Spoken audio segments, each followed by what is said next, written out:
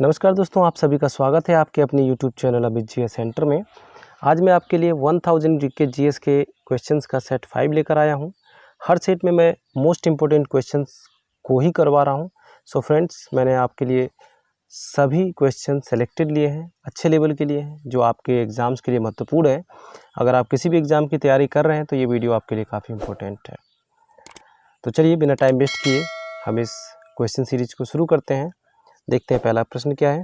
पहला प्रश्न है, किस संविधान संशोधन द्वारा संसद में मतदान की आयु को कम करके 21 वर्ष से घटाकर 18 वर्ष कर दिया गया था? ऑप्शन है 42वां, 44वां, 61वां, 73वां। तो कौन सा ऑप्शन इसमें से सही है दोस्तों?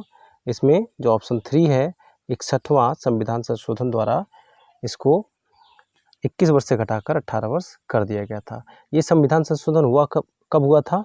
तो ये हुआ था 1989 में, ठीक है। और किस अनुच्छेद को संशोधित किया गया था? तो अनुच्छेद यानी आर्टिकल किसको? 326 को कर दिया गया था, ठीक है। तो चलिए अब बढ़ते हैं अगले प्रश्न की तरफ।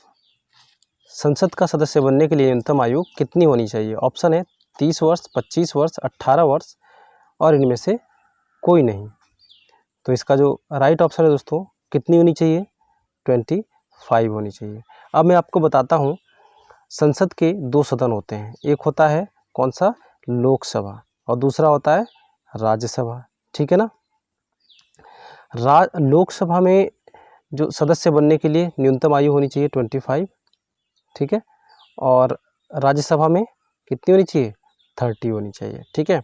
इसलिए हम कह सकते हैं कि संसद का सदस्य बनने के लिए न्यूनतम आयु कितनी होनी चाहिए? 25 होनी चाहिए। अगर हाँ लोकसभा में पूछता, राज्यसभा में अलग अलग पूछता, तो आपको अलग अलग जवाब देना पड़ता कि राज्यसभा में 30 होनी चाहिए और लोकसभा में 25 होना चाहिए, ठीक है ना। तो चलिए बढ़ते हैं अगले प्रश्न की तरफ। मनुष्य के शरीर में विटामिन ए कहाँ भंडारित होता है? ऑप्शन है यकृत में, हृदय में, मस्तिष्क में और वृक्क में।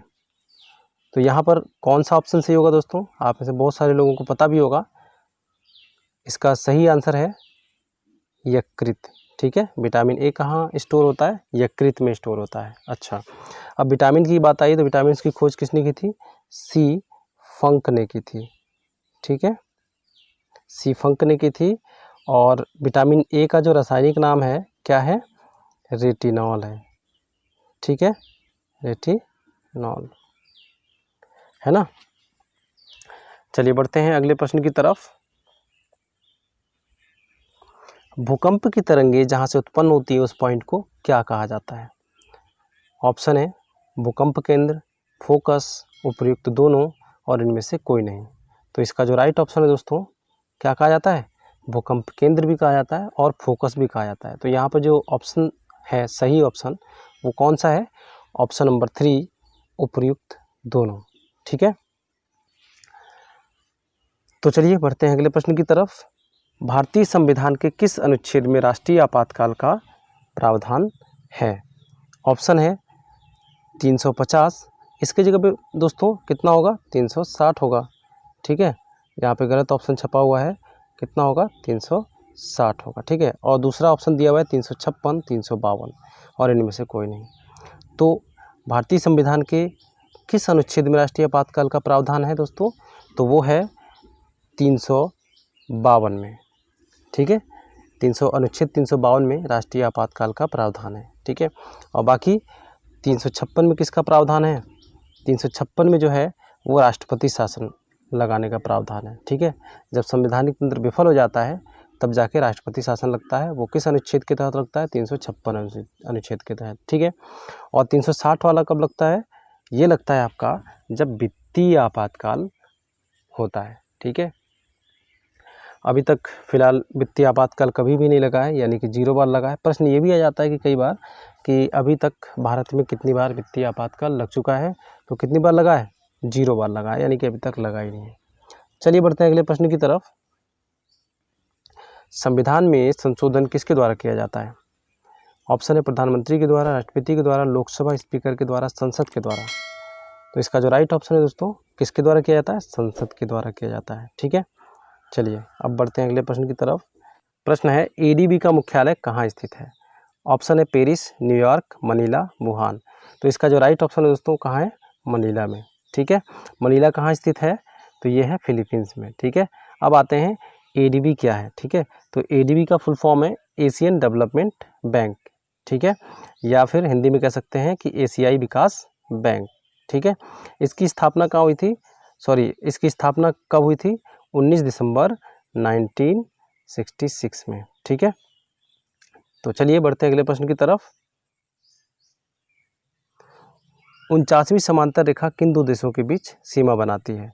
ऑप्शन है पाकिस्तान और अफगानिस्तान के बीच, यूएसए और कनाडा, चीन और जापान, इनमें से कोई नहीं। तो इसका जो राइट ऑप्शन है दोस्तों कौन सा है, यूएस और कनाडा के मध्य। ठीक है, अब चलते हैं अगले प्रश्न पे। प्रश्न है ग्रीनविच रेखा किसे कहते हैं। ऑप्शन है 0 डिग्री देशांतर रेखा, 0 डिग्री अक्षांश रेखा, 23.5 देशांतर रेखा, 23.5 अक्षांश रेखा। तो इसका जो राइट ऑप्शन है दोस्तों कौन सा है, 0 डिग्री देशांतर रेखा। ठीक है, अब मैं समझा देता हूँ आपको कि देशांतर और अक्षांश में क्या अंतर है। तो इस तरीके से आपने ग्लोब में देखा होगा, कुछ रेखाएं खींची हुई होती हैं।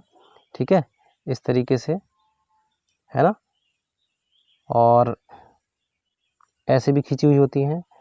तो ये जो ऊपर से नीचे की तरफ जो रेखाएं आ रही हैं, इसको हम क्या कहते हैं, इसको हम कहते हैं देशांतर रेखाएं। ठीक है, और जो ये नीचे की तरफ हैं, यानी कि ये वाली जो रेखाएं हैं, ये क्या कहलाती है, अक्षांश कहलाती हैं। ठीक है, अब 0 डिग्री का मतलब क्या हुआ, ये जो है, ये जो एरिया, ये 0 डिग्री में आता है, इसे 0 डिग्री कहते हैं। ठीक है, अब इसी का नाम ग्रीनविच रेखा रखा गया है। अब क्यों रखा गया है, क्योंकि ये जो है इंग्लैंड के एक शहर ग्रीनविच से होकर गुजरती है, इसलिए क्या कहा गया है, इनको ग्रीनविच रेखा कहा गया है। ठीक है,